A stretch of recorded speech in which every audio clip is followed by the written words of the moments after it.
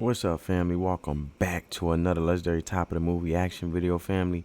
Let's get it. The level of fear that he inspired in others was insane. It didn't matter. He wanted to come in and kill you.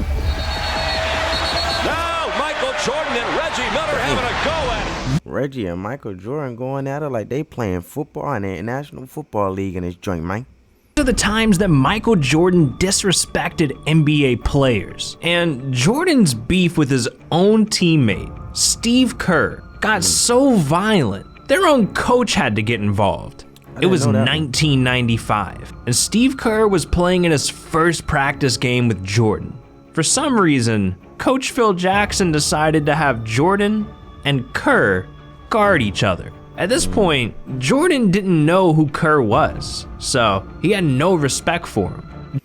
He probably was challenging him to see where he's at mentally, see where his mental toughness at. You know how when you first come into the league, you know, them veterans be trying to make you be, you know, water boy or the bag boy, I should say, you know, carrying the luggage. And, you know, push you around a little bit to see where you at. Started talking trash, roughing Kerr up, and surprisingly, Kerr was talking trash right back. Now, if you know Jordan, that's not gonna slide. So he decided to make this practice physical. Jordan got the ball, drove to the basket, and hit Steve Kerr with a hard foul. Obviously, this frustrated Kerr. So on the very next play, he wanted to return the favor. Driving up the court, Kerr hit Jordan with an elbow right to the chest.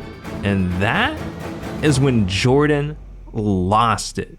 He hauls off and hits me in the chest. And I just haul off and hit him right in the eye. This man literally gave...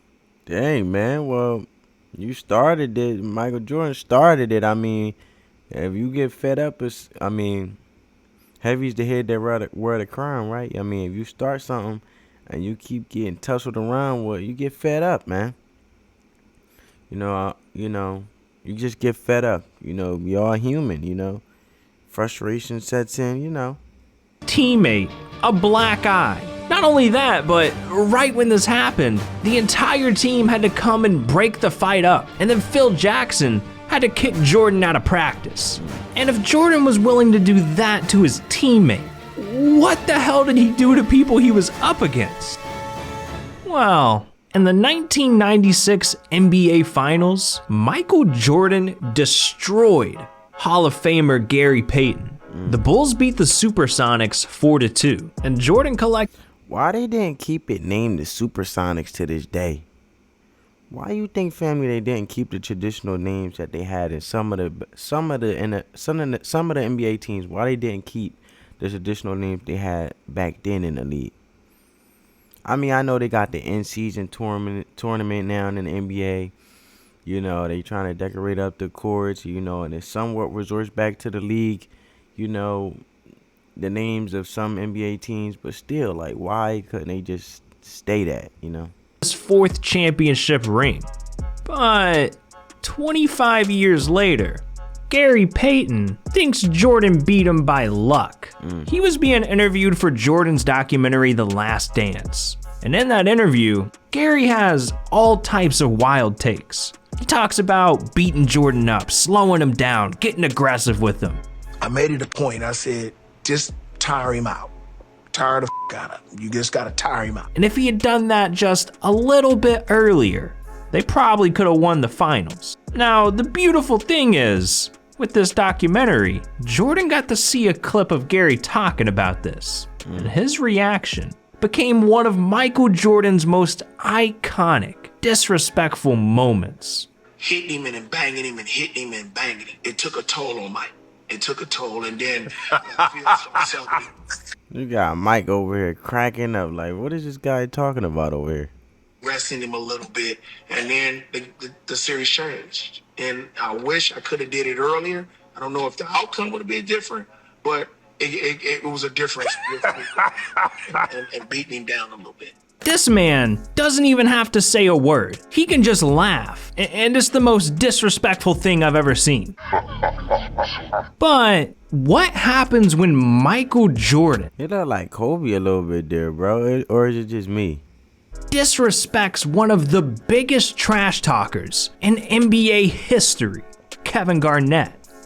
Well, it was 1996, and Garnett's Wolves were facing Jordan's Bulls. With it being Garnett's rookie season, this game shouldn't have been close. But shockingly, they were only down by 3 points at halftime. Garnett and his teammate J.R. Ryder were having a great game. So, with Garnett feeling himself, I ain't know Garnett played with Jordan. Garnett was one of my favorite players. I ain't even gonna lie. Along with Rashard Lewis, you know, I had a couple of them. You know what I'm saying? he made the biggest mistake of his entire career. He decided to start talking trash. Garnett was telling JR, keep killing Jordan out there, that they were destroying him, that it was easy. But what he didn't realize was that Michael Jordan was standing right next to them, and he could hear every word they were saying. And at that point, it was too late. Jordan came out at the second half and lit the Wolves up, completely destroying any hope they had at winning, going up by 21 points, with Jordan scoring damn near every basket. And with the clock, You done added fuel to the fire, bro. You done added fury and fuel to the fire. winding down, Garnett was pulled out of the game. That is when Jordan walked by the Wolves bench, and he let Garnett know to never disrespect the GOAT again. Next thing you know, we over there like this. And Mike came down. Okay, young fella. Okay, damn, young fella. Damn, y'all done? Damn, young fella. Never talk shit to Mike ever again in life. Oh, man, he done made y'all swallow the words, man. Yeah, Garnett learned his lesson right then and there. But there You know how it is, though, when you young. A young Garnett, you know what I'm saying? Garnett like, hold up. I'm young. I'm scoring buckets. I'm feeling myself. You know, the ego get boosted. Who this guy they be talking about, all this talk and bark they be talking about, he is the top of the league. Where is this top player of the world? I'm seeing it because I ain't seeing it. You see, when you in it, and then, you know, eventually, when opportunity presents itself, Michael went off, man. one NBA legend that doesn't give a damn who Michael Jordan is. I'm talking about Charles Barkley. I should have known Charles Barkley, boy. The good old Charles, bro. He still say how he feel to this day, but he's a good host on TNT and all that. NBA on TNT. Respect between Barkley and Jordan got so bad, it cost them their entire friendship. They met as rookies in 1984, and over the next few seasons, they grew to respect each other's game. And by 1992, they were best friends, going golfing together, grabbing drinks, puffing cigars. They were just having a good time. However, it didn't matter how friendly they were away from basketball, because when it came time to ball, they wanted to kill each other. During the 1993 finals, Jordan was willing to do anything. I mean, at the end of the day, business is business, right? At the end of the day, when you got two competitive individuals that want to unleash their fullest potential and, you know, portray it to the world on national TV and the National NBA League, the National Basketball League, what you gonna expect, man? To beat Charles Barkley. So, right before Game 4, he decided to give Charles a $20,000 diamond earring. What a great friend, right? Well, Jordan later told his assistant coach why he really did that, saying, Charles won't get in my way the rest of the series. What's $20,000 to me? He thinks we're great friends? I hate that fat f***. Damn, Oh, Jordan's over here playing 4D chess. But the disrespect doesn't stop there. Even after Barkley's career was over, Jordan took every opportunity that he could to disrespect the poor guy. While we got you there, Michael, how your ribs feeling, by the way? A lot better, a lot better. And we've tried to get some answers out of Charles here. Maybe we'll reveal what you say. I'm just glad his little ribs are all right. He's been whining about them for like 2 or 3 weeks now. Don't worry about it, Charles. You can forget I'm still the boss. If you need a job. Oh, throwing shots like crazy. You be quiet. Well, are we going to see this happen? Can you tell us anything tonight? No, I can only tell you that I have a very good player coming to Washington, D.C., and I may not need another. I was going to say, and his name and his initial is. Well, I like how they still keep it professional, respectful, and I feel like it's just humor, competitive humor here, right? All right, CB. I tell you what. Not CB. KB is pretty good. I appreciate that. No problem. I'm not sure I might even consider coming there until you up the ante. Stay at TNT. I think that's your best effort. I appreciate that. No problem. Sheesh. That was disrespectful. But you want to know what else is disrespectful? Not dropping a like and subscribing to the channel. Come on, man. The beef between Jordan and Barkley didn't stop there. Cause in 2005, it happened again. This time on the Oprah Winfrey Show. Who's the wiser? I know when to eat, when not to eat. Now you do say that.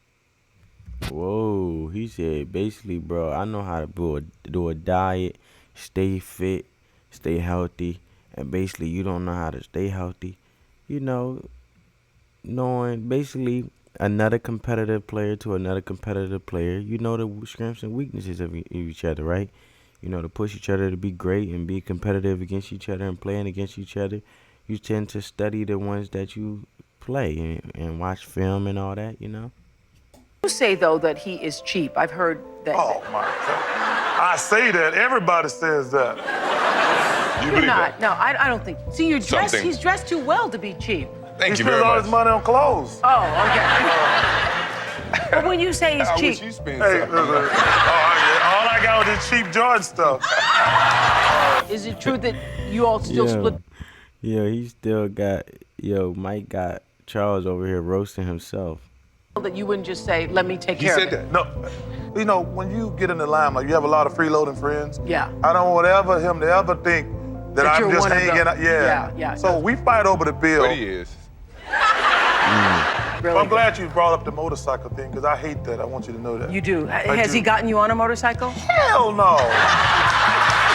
You know, I'm sorry, the seat's not big enough. Yeah. Oh, man. I knew he was going to take it there with that one. When you ride a motorcycle, you have to really be focused on seeing the traffic ahead. He doesn't know about this. He's never ridden a motorcycle. He never understands what it takes to be a winner. But then if I get the rest of the guys laughing at him, Yeah. he'll always bring the winner thing up. How many rings you got? He always throws that up at me. Man, if I had Scottie Pippen and Dennis Rodman, I'd have won some too. You were. Now, He said you were fortunate. I would have won some too if I had some of the pieces on my team that you had. Ooh. I think we can all tell, this was some lighthearted trash talk. They were definitely still friends here. Well, that was until a few years later, when Jordan took things too personally. See, by 2012, Jordan owned the Charlotte Hornets, and they had just finished a season with the worst record in NBA history, 7 wins and 59 losses. So Barkley went on an ESPN radio show and criticized Jordan's ownership skill, saying, "I love Michael, but he's just not done a good job.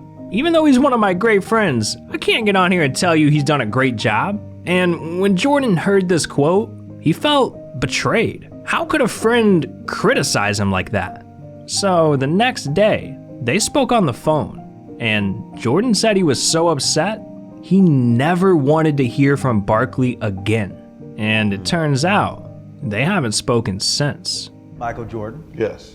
how are you guys these days? You friends? Are you talking? Are you We're not close? friends right now, and I wish him nothing but the best. Are you hopeful that someday you guys will be close again? I would like that, but I'm not. I can't have people around me who, if I have to be honest about them, they're gonna get mad at me. Well, I get that, you know what I'm saying? You gotta be able to, if you're going to dish criticism, you gotta be able to take it, right? It don't matter how long, how old, you know, how much time go by. If that's how y'all relationship been, you know, the friendship of talking trash, you know what I'm saying? And he's talking trash, but it's also factual criticism, then what's the issue, you know? So based on what he's saying, you know, allegedly, I don't know, I'm not in a friendship, but you can't sit there and not be able to take the honest criticism, you know what I'm saying? As much as he got on Charles, and Charles took it like a man and kept it pushing positively, you know? Damn. The disrespect just went too far, man. Sucks.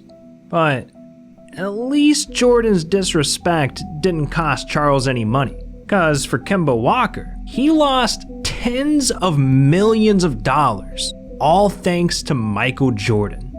Remember when I said the Charlotte Hornets were trash in 2011? Well, Jordan wanted to turn things around. So in the 2011 draft, he picked up Kemba Walker, hoping that he could turn the entire franchise around. And after just 8 seasons, Kemba made 3 All-Star teams, single-handedly brought them to the playoffs twice, and became the team's all-time. Yeah, this man has some nasty dribbling skills. I never knew, I forgot all about Kemba Walker. That man like vanished into the sunset, like disappeared, like dissipated. And I ain't never heard about this brother or no one, man. I forgot all about him. Leading scorer. He was doing everything he could to put Charlotte on the map. I mean, Jordan should have been thanking this man every night. So when Kemba's contract expired in 2018, you'd think that Jordan would have done everything he could to make sure the best player he's ever had stayed in Charlotte. Right? Well, when the two sat down and tried to work out a deal, Jordan disrespected Kemba. Instead of paying him the $220 million that Kemba wanted, Jordan only offered him $160 million. That's $60 million less than what he asked for. True. And Kemba was upset. He knew that without him, the Hornets. Well, I can imagine how he's upset. You know what I'm saying? He tried to put a team on his back, try to get, you know, with the pieces he had. You know, was talking about giving $220 million. Turn around, end up not getting it. But at least he landed them in the playoffs besides they 7 to 59 games lost record. Were going to be the laughing stock of the NBA. So with that, Kemba left immediately. And he let his agent know he wanted to play somewhere else. And just a few days later, he signed to the Boston Celtics for $140 million. Yeah, $20 million less than what Jordan offered. Kemba literally lost tens of millions of dollars just to spite Michael Jordan. But at least Kemba just walked away and didn't let things get out of hand. True, he didn't embarrass him. He didn't talk down on him. I mean, he kept it humble and kept it pushing. You know, was grateful for the opportunity he did have in the Charlotte Hornets. You know, he did get drafted, you know, and did what he needed to do. Kept it classy. One time, a teammate tried to end Jordan's career because he was tired of all the disrespect. Back in 1988, Michael Jordan was still chasing his first NBA championship, and he was hoping to win it with his best friend, Charles Oakley. So when the Bulls ended up trading Oakley away, Jordan was furious. And there was no one better for him to take his anger out on than the guy that replaced his friend, Bill Cartwright. It started at their very first practice together. Jordan started calling the dude old, saying that he sucked, he was always hurt. Things got so bad, Jordan gave Cartwright the nickname Medical Bill. And dang. I mean, he got that personal. He took it personal. He gave him a nickname out of this world. Didn't stop at name calling. During passing drills at practice, Jordan just kept whipping the ball at him, like they were playing dodgeball or something. And this drove Cartwright to his breaking point. He was about to snap. One more sign of disrespect from Jordan, and he was gonna let him have it. Fast forward a couple of weeks, and it happened again. In a game against the Hornets, Cartwright had one of the worst nights of his career. So Jordan got up and he told the entire team that Cartwright didn't belong in the NBA. And that was it. That was all Cartwright needed to hear. Cartwright gets Michael aside. Oh man, just imagine being so embarrassed and humiliated from one of your team players in front of the whole team, just like told your capabilities is trash, like not able to do nothing.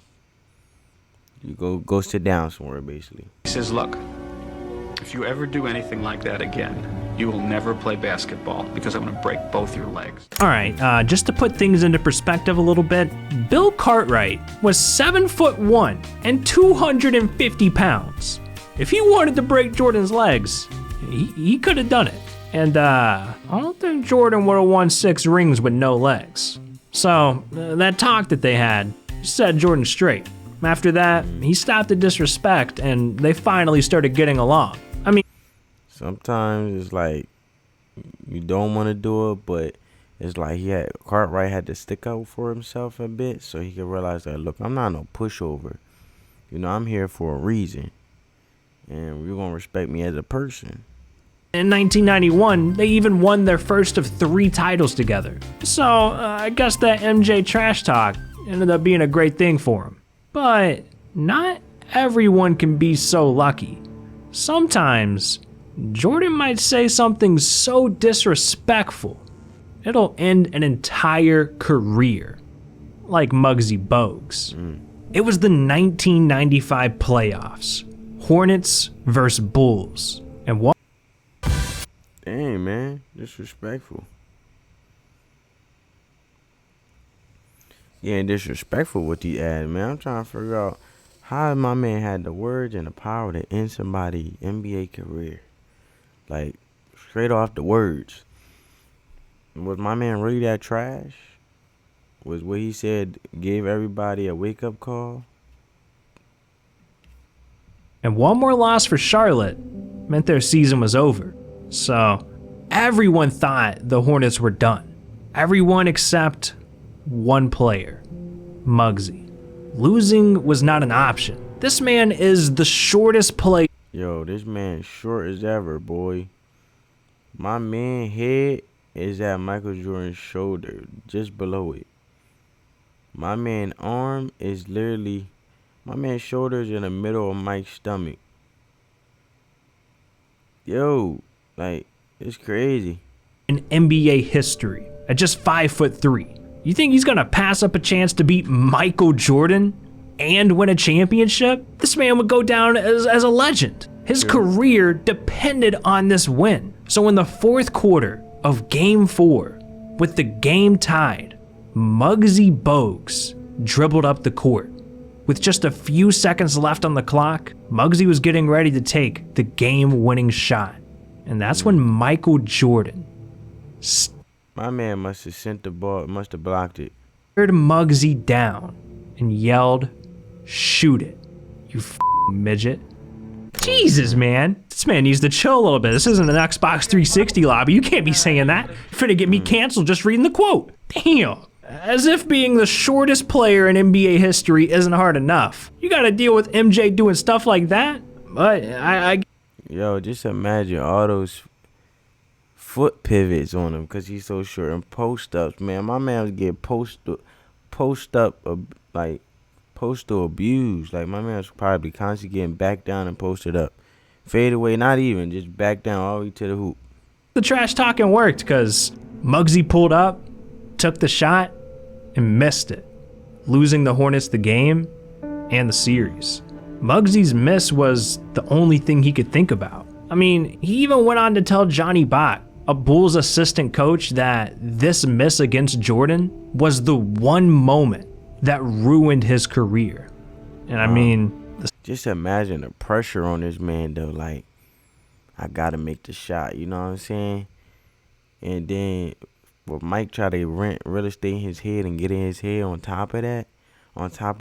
Mike knew he was pressured. They say the eyes is the window of the soul, right? He probably seen him nervous. Stats back that up. Mugsy went from averaging 11 points a game to just 5. And he was out of the NBA entirely by 2001. But I mean, if you gotta look at the bright side, at least Mugsy didn't turn into a meme. Because there's a lot of moments in the NBA that get memed to hell. Like, what is even going on in this picture? How does this even happen? Oh, you want to hear more about that? Well, then click on this video right here. Nah, I'm good, bro. I don't want to click on that video. I don't want to see that. But at least Mugsy was able to be that short 5'3" and last that long in the lead and play against one of a legendary player. I wonder if Isaiah Thomas, who used to play for the Celtics, is actually taller than him. Type curious about that. But I hope you guys enjoyed this video. Give this video a big thumbs up, man. Helps crush that YouTube algorithm. It's totally free. Comment down below any legendary type of the movie reaction videos you guys like to see. And on that note, family, peace.